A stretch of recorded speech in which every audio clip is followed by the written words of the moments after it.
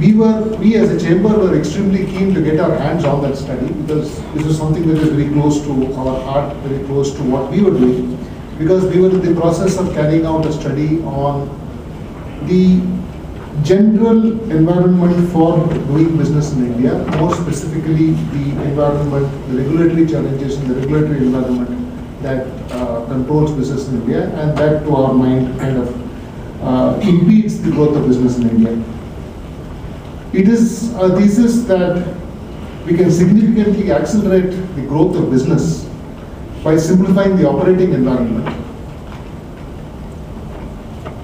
This is definitely not rocket science, nor is it a unique thought that has occurred to us. It is something that has been repeated by many people. But I think it is something that is worth repeating, and as a chamber, we intend to continue to repeat it.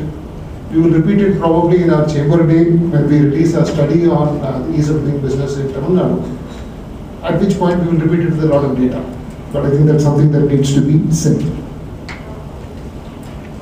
One of the significant challenges in doing business is the entire framework of laws and regulations surrounding labor.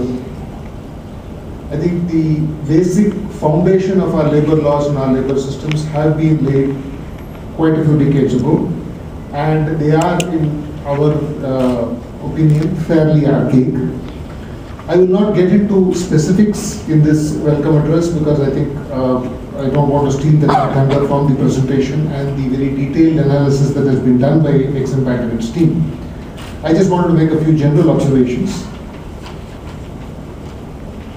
The fact or the issue that labor laws have to be simplified, the whole labor environment around labor has to be made more business friendly, has been something that we've been talking about since the 1990s.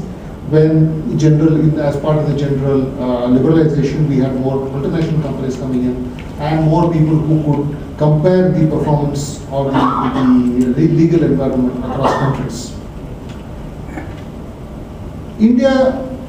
More and more India is not an economic island. We are integrally linked to the international business environment. We are integrally linked by trade to the world. Every time we buy an iPhone, every time we order a Chinese boiler, every time we buy imported fruits, apples, kiwi fruits, whatever it is, we are importing not just the product or the technology, we are importing in a way the labor laws, the regulatory environment of the foreign country. We are importing their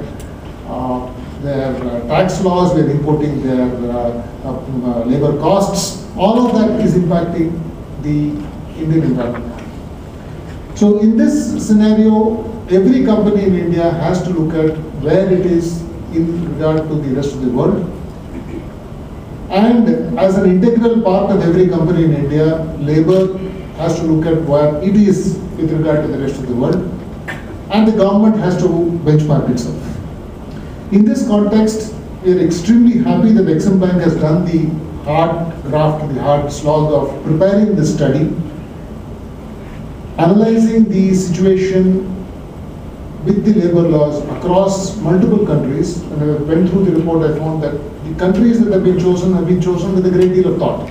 These are countries with whom we will be competing, whom we are already competing, and countries with whom we will be competing in the future. So that's something that is going to really inform our decision making going forward. I think this report will serve us in multiple ways. Firstly, as a benchmarking tool for us as companies, when we assess our competitors in other countries, we should know in what environment they are working.